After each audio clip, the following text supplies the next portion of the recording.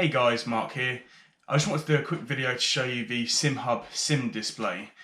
This video is just going to give you a quick rundown of where to get the software, where to buy the screen, a few snapshots of the screen in use along with the setup that you can see behind. And please, if you like this video, give it a like, dislike if you dislike it, leave your comments in the comment section below if you've got any questions for me. There will be a link in the description below where to buy this screen, although you can make your own through getting a screen from Amazon. Don't forget guys, I've got one child and he's really hungry, so please make sure you subscribe. So this is what we need, Simhub. So in order to do that, you simply go on the interweb, simply type in Simhub.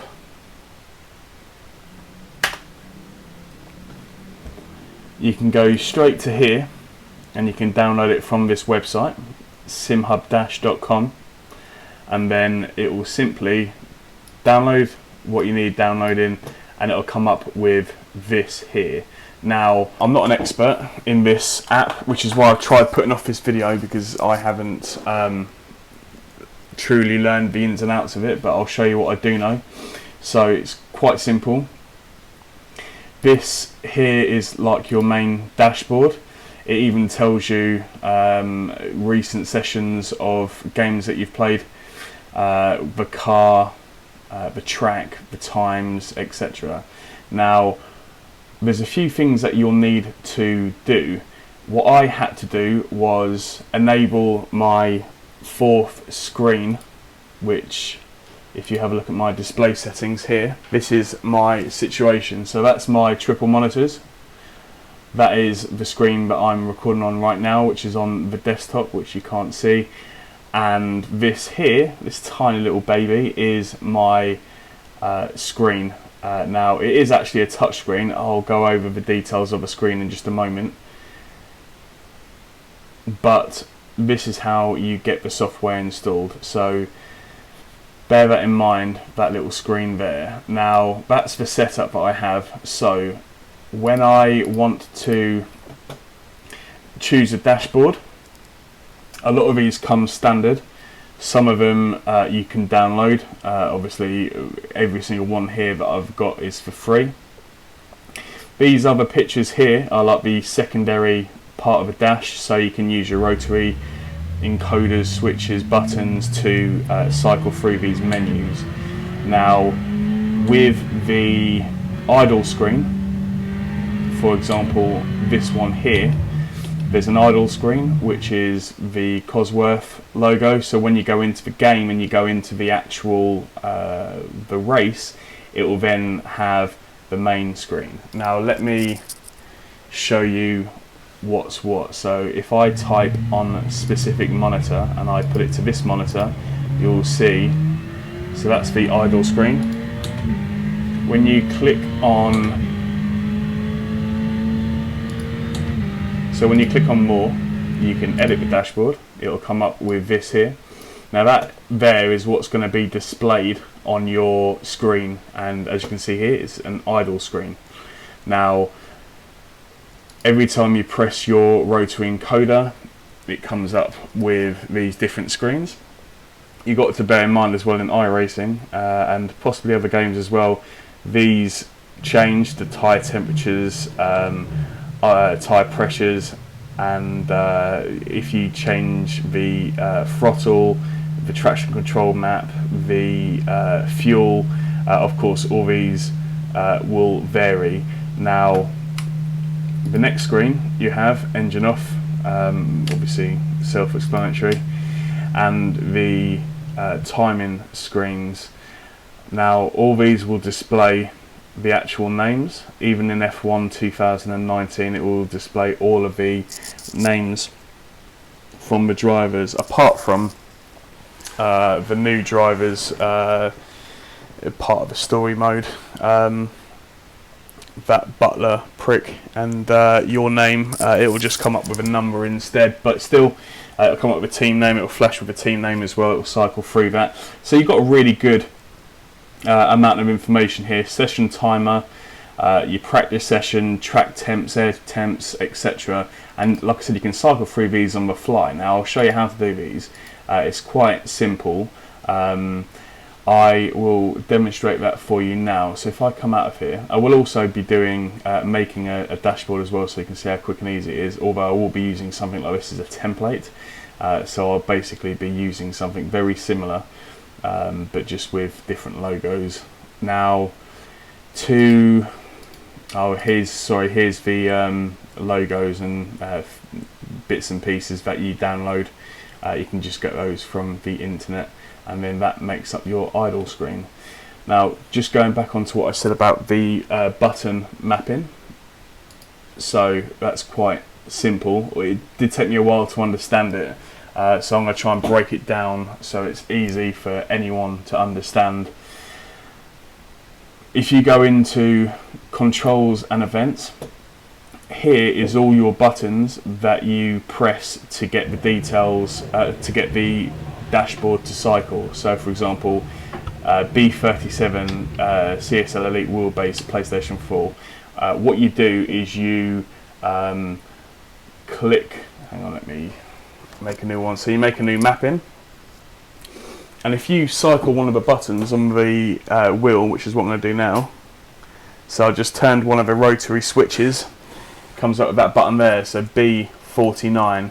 So if you put during, so it means if it goes onto that button, it will then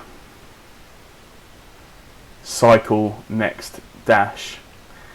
You click next screen, cycle next screen. So if I select that, that and that, what that will mean is every time it lands on that button on the encoder, but you've got to bear in mind that the encoder has 13 switches, so you need to make sure you get it right. So if you put it onto B49, that button, it will, as long as you've got next screen selected here, it will go onto the next screen in the dashboard. So it will go from your tyre temperatures, your speed, your gear, and it will then cycle to the position where you are on the track, which is what I showed you just a moment ago.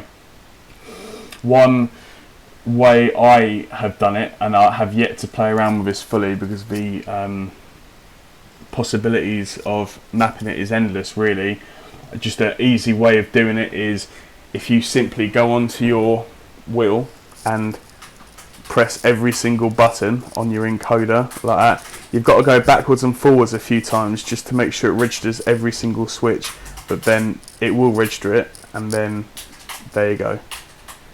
So that is every single switch on the right hand side of the McLaren steering wheel, the rotary encoder.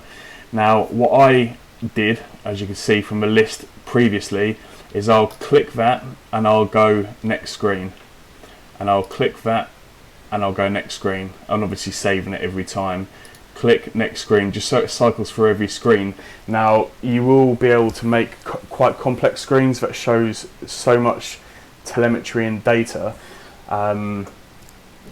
You can then go cycle next screen, cycle previous, and different actions here, but I just want to keep it nice and simple, so I'm simply scrolling through the screens that are available, and I haven't gone too far by making my own screens as of yet, but like I said, the possibilities are pretty endless.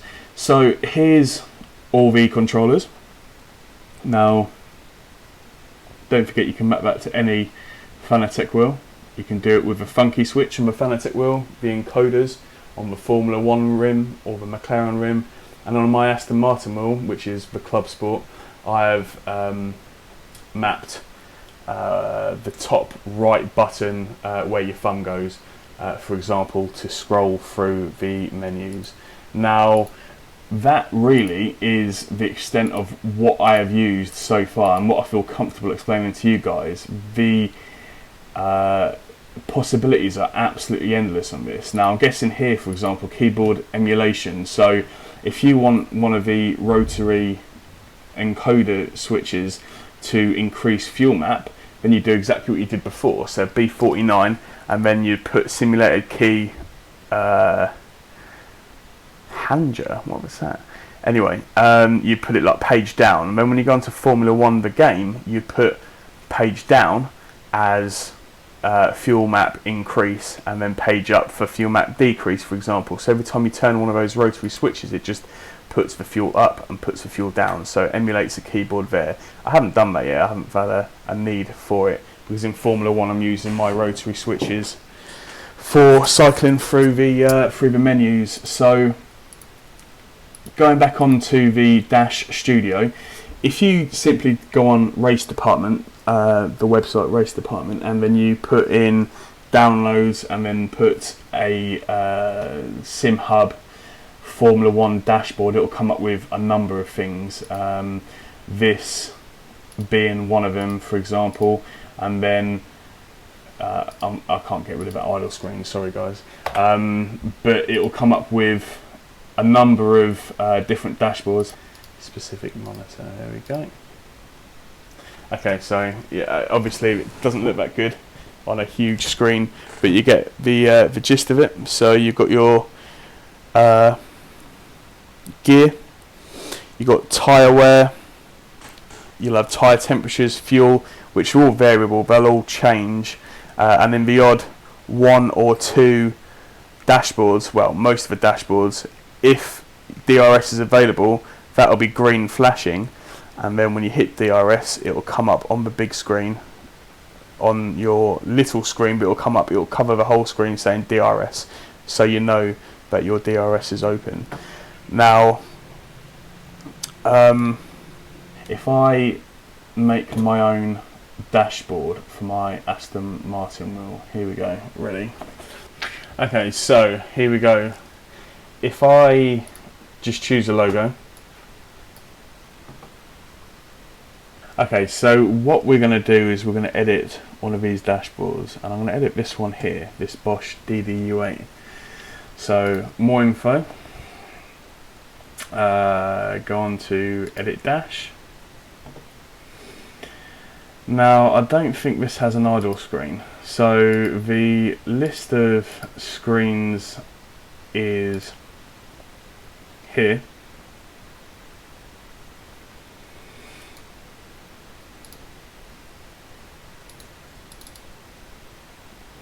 If I go on to add screen, if I change that to idle screen,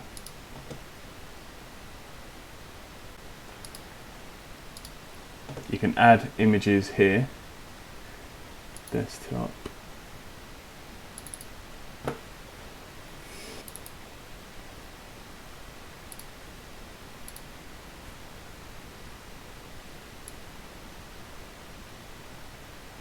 right, so there you go, you've got that there. Right, so that is a very quick overview of the dashboard and how to edit a few bits and pieces on it. Now, like I said, you can start completely afresh. F1 dash. If you wanted to, you can start completely from a blank canvas and add stuff and gauges and words. You can add everything you want to, track maps. Yeah, so it's pretty endless, really. It's a really decent bit of software. So you can get the licensed version or the unlicensed version. The unlicensed version is completely free, and the difference between it is if you get the licensed version, you'll have these benefits here. Maybe it's just worth getting the licensed version just to say your thanks to the guys who made it and set it up. I think that would be a nice thing to do. But yeah, the software is fantastic. It will work with pretty much any game, any racing game.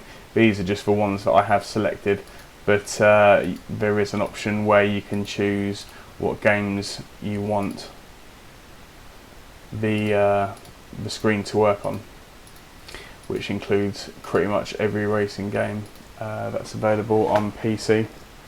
So once you've selected the dashboard that you want, you simply click Start, open on specific monitor, click the monitor you want it to start on, click OK, and then this is your end result. So that wraps up the video, guys. I just want to say thank you all for watching. If you have enjoyed the video, don't forget to please subscribe. Just hit this button down here, and also if you are interested in a few other videos like how to make the Aston Martin steering wheel, check out this video as well, and this will give you everything you need to know on how to make your own customized Fanatec steering wheel. My name's Mark and I am out.